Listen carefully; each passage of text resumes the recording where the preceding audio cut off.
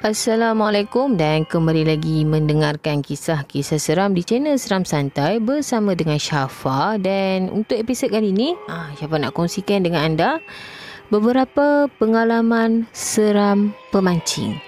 Dan sebelum tu, kalau anda mungkin baru pertama kali mendengarkan kisah seram dekat channel Seram Santai ni, pastikan anda menekan butang subscribe agar anda tidak terlepas untuk mendengarkan kisah-kisah seram yang bakal diupload daripada masa ke semasa.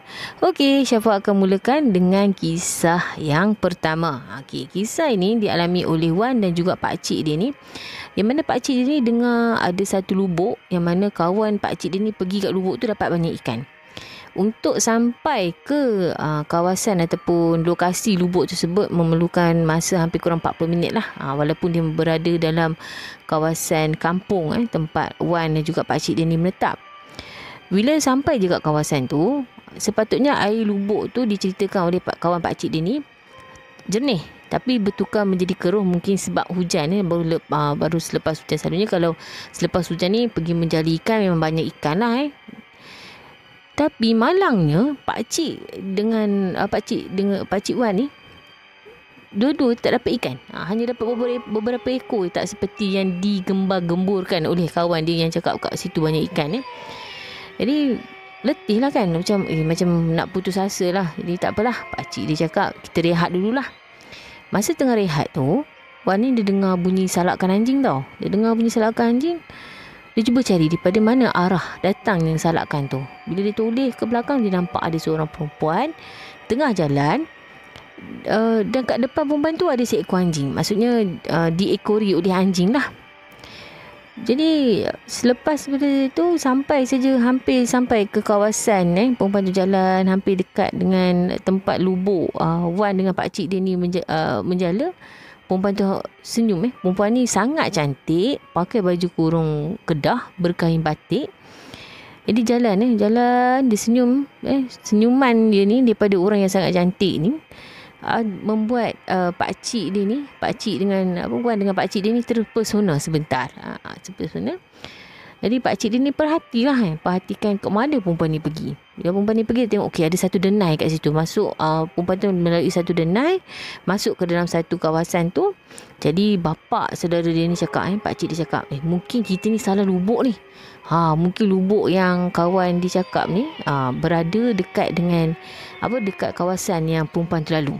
Jadi ambil jala pakcik dia ni dengan Wan ambil jala apa semua, kemas-kemas, naik motor, lalulah dekat jalan yang perempuan cantik tu lalu. Bila lalu je kat kawasan tu, secara tiba-tiba tak sampai beberapa minit, kawasan tersebut bertukar dan pakcik dia ni sedar mereka ni telah berada dekat satu kawasan perkampungan. Sebab kiri kanan bukan lagi hutan, tetapi yang ada hanyalah orang cakap rumah tradisional Melayu yang reka bentuk dia sangat cantik, dan dekat laman-laman tu semua ada taman. Taman-taman, maksudnya ada pokok-pokok bunga yang ditanam. Jadi bapa saudara dia ni, pakcik Wan ni, dah mula rasa mereka ni telah berada dekat dalam satu kawasan yang lain, kawasan milik orang bunian. Bapa saudara dia ni mulalah baca ayat-ayat Al-Quran, dan kawasan tersebut tak ada orang. Ada rumah je, orang tak ada orang pun. Bapa saudara ni pun baca ayat Quran, dan pada masa yang sama pakcik dia ni pun orang cakap bacalah, minta mohon kepada Allah agar Allah tunjukkan bantu mereka keluar daripada kawasan tersebut. Tak sampai beberapa minit macam tu, hujan turun dengan lebat, dan selepas daripada itu mereka sedar yang mereka ni berada dekat jalan menuju ke rumah mereka, yang mana ketika itu jam menunjukkan hampir pukul 3 pagi. Padahal mereka keluar pada masa tu waktu selepas waktu asar. Kiranya agak lama lah. Mereka ni orang cakap pertukaran waktu di antara alam orang bunian dengan alam kita ni tak sama. Maksudnya persamaan waktu tu tak sama. Jadi menyebabkan mereka, walaupun mereka rasa sekejap saja dekat kawasan tersebut, tapi dekat alam manusia ni dah pukul 3 pagi. Selepas daripada itu teruslah bapa saudara ni dengan Wan dua-dua tak nak pergi dah. Orang cakap ada lubuk baru pun tak nak pergi dah. Dia rasa takut dah, biarlah pergi orang cakap menjala dekat lubuk-lubuk yang biasa orang pergi, biasa orang cakap memang selalu orang pergi. Itu lagi selamat lah. Jadi itulah kalau seseorang pemancing ni, kalau dia rasa macam dia agak terkesan dengan peristiwa seram yang dialami, kejadian seram dialami, mereka mungkin lah masih ada minat tapi tak berani untuk pergi ke lubuk-lubuk baru yang disyorkan. Okey, untuk kisah yang kedua ni pula, kisah 3 orang sepupu tetapi 2 orang pergi menjala dan seorang dia bukan pergi menjala tapi dia pergi menjerat burung. Okey, 3 orang sepupu iaitu Jai, Jimmy dan juga Faiz ni, dia ni balik kampung. Bila balik kampung, cuti raya tu masih panjang. Masa ni kejadian ni masa berlaku pada cuti raya. Cuti raya mereka ni masih banyak. Jadi kebetulan pada masa tu Pak Su dia orang ni bagi tahu kata ada satu lubuk dekat sungai ni ada banyak ikan dekat situ. Ada banyak ikan, jadi mereka pun pergilah. Pagi-pagi pukul 11 pagi dah berangkat dah ke lokasi yang bapa saudara dia ni cakap. Jadi dirikan kemah, buat unggun api. Jadi Faiz dan juga Jai tu dia terlebih dahulu lah pergi ke hulu sungai untuk pergi menjala. Dan kemudian diikuti oleh Jimmy. Jimmy ni bagi isyarat bahawa dia nak masuk ke dalam hutan untuk mula menjerat burung. Masa tengah orang cakap kawasan tersebut memang banyak ikan ni. Jadi mereka ni rasa macam teruja lah. Bila baling je jala dapat ikan, baling je jala dapat ikan banyak kan. Bila banyak mungkin dia cakap bolehlah buat lauk untuk jamu saudara mara yang datang, ataupun bagi dekat saudara mara yang datang ke rumah kan. Datang ke rumah nenek dia orang. Jadi tanpa tengah orang cakap tengah seronok membaling jala tu, Faiz ni dia nampak ada seorang pergi menuju ke arah kemah yang didirikan, kemah dia kan. Jadi Faiz ni ingat okey tu mungkin Jimmy lah kan, dengan Jimmy. Tapi tengok daripada jauh nampaklah macam Jimmy. Tapi bila Faiz dan juga si Jai ni pergi dekat kemah, tak ada sesiapa pun. Dan bila tengok jam dah pukul 4. Kiranya dah lamalah Jimmy tu masuk ke dalam hutan. Selalunya memang aktiviti diorang ni kalau pergi 2 orang akan pergi menjala, seorang Jimmy ni dia akan pergi menjerat burung lah. Tapi Jimmy dia akan menjerat burung sekejap je, lebih kurang sejam 2 jam macam tu. Lepas dia pergi jerat burung, dia pergi pasang jerat burung dia. Selepas daripada tu dia akan join lah Jai dengan Faiz ni menjala. Tapi hari tu tak. Jadi Faiz dan juga Jai ni dia rasa macam orang cakap agak panik sikit lah. Sebab Jimmy tak balik-balik kan, dah petang kan, lama. Kiranya Jimmy tu masuk ke dalam hutan agak lama lah. Dia mula jerit nama Jimmy. Faiz dan juga Jai ni mula jerit nama Jimmy. Jadi pada masa yang sama, tiba-tiba Faiz dia dapat idea untuk call handphone Jimmy. Bila call handphone Jimmy, dengarlah bunyi ringtone bunyi lagu handphone ringtone handphone Jimmy ni. Dan pergilah ke arah tu. Dia Jai dengan Faiz pergi ke arah tu, dia nampak Jimmy ni terbaring tertiarap dekat tepi belukar dekat dengan pokok berduri. Bila diorang alih kan Jimmy ni, tengok mulut Jimmy ni dah berbuih-buih dah, dengan mata terbeliak kan. Jadi teruslah Jimmy dengan Jai dengan Faiz ni angkat Jimmy ni pergi masuk kereta, angkat ikan yang diorang dapat tu. Kemah diorang tinggal. Diorang pergi selamatkan ikan dan juga Jimmy dulu pergi balik rumah. Bila sampai je dekat rumah, atuk diorang ni panggil lah imam untuk pulihkan Jimmy yang tak sedarkan diri ni.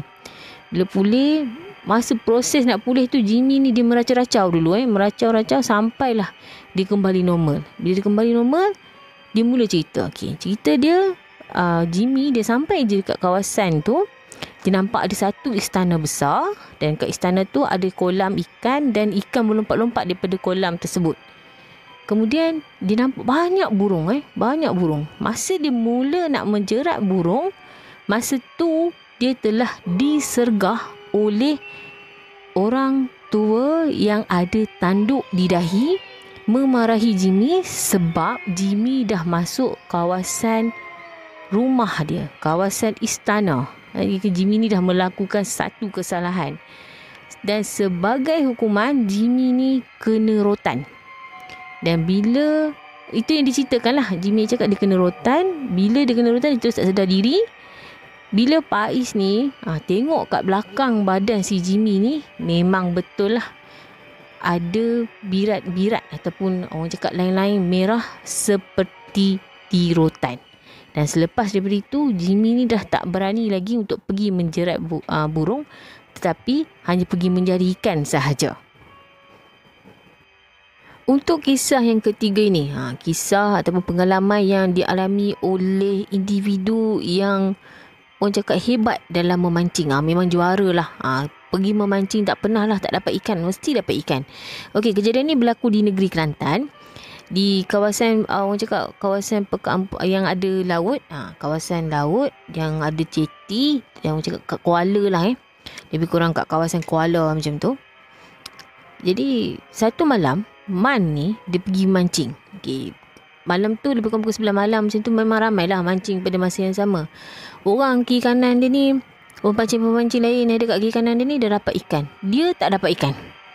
Dia punya tunggu tak dapat ikan. Dia macam rekod dia tercalar lah kan, sebab dia memang juara dalam memancing ikan. Memang hebat lah. Tak pernah lah tak dapat ikan yang banyak. Dia macam sakit hati lah. Dah kenapa malam ni tak dapat ikan dah. Walaupun dia tukar umpan berkali-kali. Lepas tu setiap kali dia nak lempar umpan tu, mesti dia akan baca jampi, sepotong ayat jampi dia baca. Tapi malang dia tak dapat ikan pun. Dia kemas tung dia, kemas orang cakap peralatan-peralatan dia ni. Dia bangun. Bila dia bangun, pemancing yang mungkin selalu lah, macam orang cakap pemancing yang kenal dia ni, tegur lah. Weh Man, nak balik dah ke? Jadi Man jawab apa? Man jawab, aku tak balik lah tu. Aku nak pergi kat kawasan tu. Dia tunjuk kawasan tu. Jadi kawasan yang Man tunjuk ni adalah kawasan yang pemancing tak pergi. Sebab pemancing tahu kawasan tersebut adalah kawasan angker. Orang cakap kawasan yang keras. Ada makhluk halus kat situ. Ada hantu kat situ. Orang cakap ada penunggu lah kan. Jadi pemancing ni bercakap lah, kau janganlah pergi situ Man. Kat situ tu keras Man. Ada hantu tu, siapa pun tak pergi situ. Bagi Man, orang cakap macam tu dekat dia, dia anggap orang tu tak nak bagi dia dapat ikan. Orang tu dengki dengan dia. Jadi tak pedulikan lah. Dia pergi juga. Dia pergi sampai kat kawasan tu.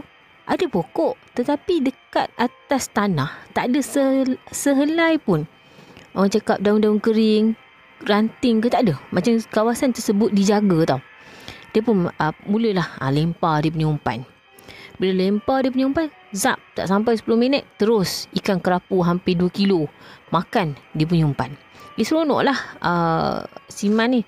Baling je tak sampai 10 minit dapat ikan. Baling je umpan dapat ikan kan. Jadi dia letak kat dalam bekas.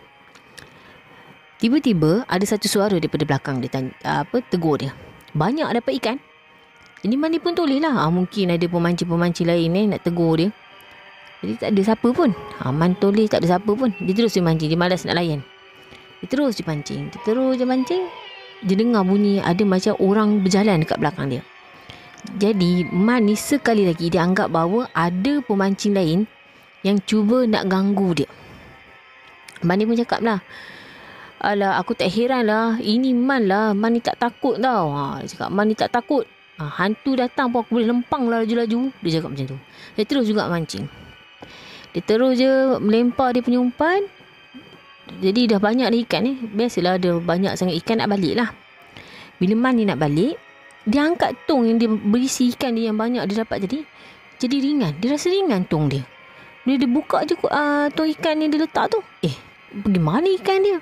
Yang ada hanyalah daun-daun kering dengan ranting-ranting je. Dah sudah. Jadi Man ni pun merasa cuak juga lah. Pergi mana ikan dia? Bila dia tengok daripada depan dia, tiba-tiba dekat depan Man ni ada satu lembaga hitam. Lembaga hitam berbulu, mata warna putih, lidah ni terjelir sampai ke tanah. Ada depan dia. Terus dunia Man ni orang cakap dia punya pandangan ni kelam, terus dia pingsan. Bila dia pingsan, pemancing-pemancing lain yang ada yang nampak dia pingsan tu pergilah dekat dia. Bila pergi dekat dia, orang papah dia balik rumah lah. Tanya dia, kenapa ni Man? Tak sedar kan? Pemancing-pemancing lain sedarkan dia dulu. Lepas tu hantar dia balik rumah. Sampai selepas daripada kejadian tu, dia dah tak kira dah. Rekod dia tercalar ke, rekod dia orang dia tak orang cakap dia ni dah tak pegang title juara pun tak apa. Dia takut sampaikan dia tak pergi dah memancing di sebelah malam. Sampai memang dia tak pergi langsung lah. Orang ajak dia pergi sebelah malam pun memang dia tak nak pergi dah. sebab lepas daripada kejadian tu. Dan bagi pemancing-pemancing lain dekat situ, dia rasa macam asa lega jugalah. Bila Man ni tak ada kan, bila Man ni ada, orang cakap mungkin dia rasa dia selalu banggakan diri dia bila dia dapat hasil tangkapan ataupun hasil dia punya pancing tu banyak kan. Okey. Setakat ini saja kisah yang Syafa kongsikan dengan anda. Sesungguhnya yang buruk itu datang daripada Syafa dan yang baik itu datang daripada Allah. Dan Syafa mendoakan anda agar anda sentiasa dilindungi oleh Allah daripada gangguan manusia, iblis, syaitan dan juga jin. Dan dilindungi juga daripada penyakit yang berbahaya. Anda dikurniakan dengan rezeki yang melimpah ruah, rezeki yang lancar. Dan Syafa mendoakan anda jika anda masih lagi mempunyai ibu bapa dan mempunyai ibu bapa mertua, Syafa mendoakan mereka sentiasa diberikan kesihatan yang baik, umur yang panjang agar anda boleh berbakti kepada mereka. Sehingga kita bertemu lagi dalam episod Seram Santai yang akan datang. Assalamualaikum warahmatullahi wabarakatuh.